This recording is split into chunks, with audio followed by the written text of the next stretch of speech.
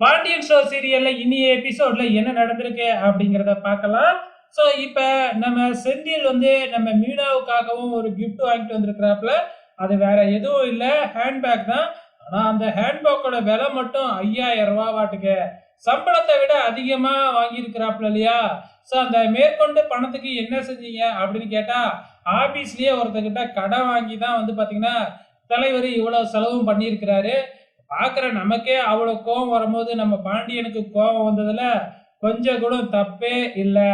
இந்த பக்கம் நம்ம ராஜி கதிர் கிட்ட இந்த மாதிரி சித்தி வந்து சந்திச்சு இந்த மாதிரி பேசுனாங்க அப்படின்னு சொன்னதுதான், உடனே கதிர் வந்து தாம் தூம்னு ராஜி என்ன சொல்ல வரா அப்படின்னு கூட கேட்காம பயங்கரமா வந்து சத்தம் போடுறாப்புல.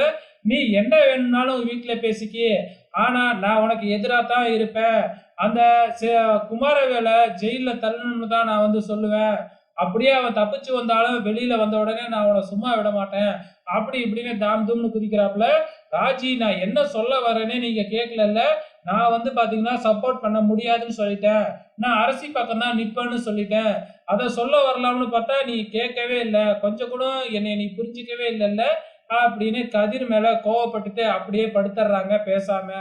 நம்ம கதிர் வந்து அப்புறம் தான் நம்ம ரொம்ப உணர்ச்சி வசப்பட்ட மாட்டுக்கு ராஜியை பத்தி புரிஞ்சுக்காம நம்ம மாட்டுக்கு இப்படி பேசிட்டோமே அப்படின்னு வருத்தப்பட்டுக்கிட்டு இருக்கிறாப்புல. மறுநாள் காலையில விடிஞ்ச உடனே ராஜி தூங்கிக்கிட்டே இருக்கிறாங்க.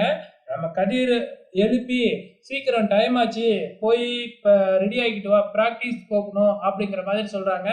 ராஜி இருந்துகிட்டு முடியவே முடியாது, என்னைய புரிஞ்சுக்காதவங்க கூட எல்லாம் நான் வர முடியாது அப்படின்னு சொல்ல, அதெல்லாம் அப்புறம் பார்த்துக்கலாம், போற வழியில அதை பத்தி பேசிக்கலாம் அப்படின்னு ராஜிய போர்ஸ் பண்ணி பிராக்டிஸுக்கு அழைச்சிக்கிட்டு போயிடுறாப்புல. இந்த பக்கம் ராஜியோட அம்மா வீட்டுல வந்து பாத்தீங்கன்னா குமாரவேலுக்காக பொண்ணு பார்த்துக்கிட்டு இருக்காங்க இல்லையா? பொண்ணு வீட்டுல இருந்து மாப்பிள்ளை வீடு பார்க்கறதுக்காக வராங்களாட்டுக்கு. அத முத்துவேலு சக்திவேலு கிட்ட சொல்லிக்கிட்டு இருக்கிறாங்க. அங்க இந்த சுகன்யா வராங்க. சுகன்யா வந்து உண்மை எல்லாமே தெரிஞ்சுக்கிறாங்க. நேரா போய் அந்த வீட்டுல, அதாவது நம்ம பாண்டியனோட வீட்டுல அரசி முன்னாடியே வேணும்னே தங்கமயில் கிட்ட விஷயத்தெல்லாம் சொல்றாங்க. அரசி அதை பத்தி எல்லாம் கண்டுக்கவே இல்லை. யாருக்கு கல்யாணம் நடந்தா எனக்கு என்ன அப்படிங்கிற மாதிரி பேசிக்கிட்டு இருக்கிறாங்க. இந்த பக்கம் நம்ம ராஜி துணியெல்லாம் காய போட்டுட்டு வந்து அவங்களோட உட்காடுறாங்க.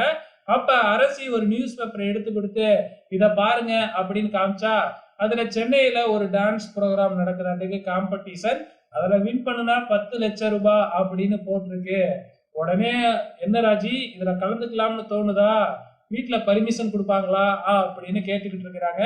இதோட இனி எபிசோடு முடிஞ்சிருச்சு. கண்டிப்பா ராஜி இதுல கலந்துக்க போறாங்கன்னு தான் நினைக்கிறேன். வெயிட் பண்ணி பார்க்கலாம்.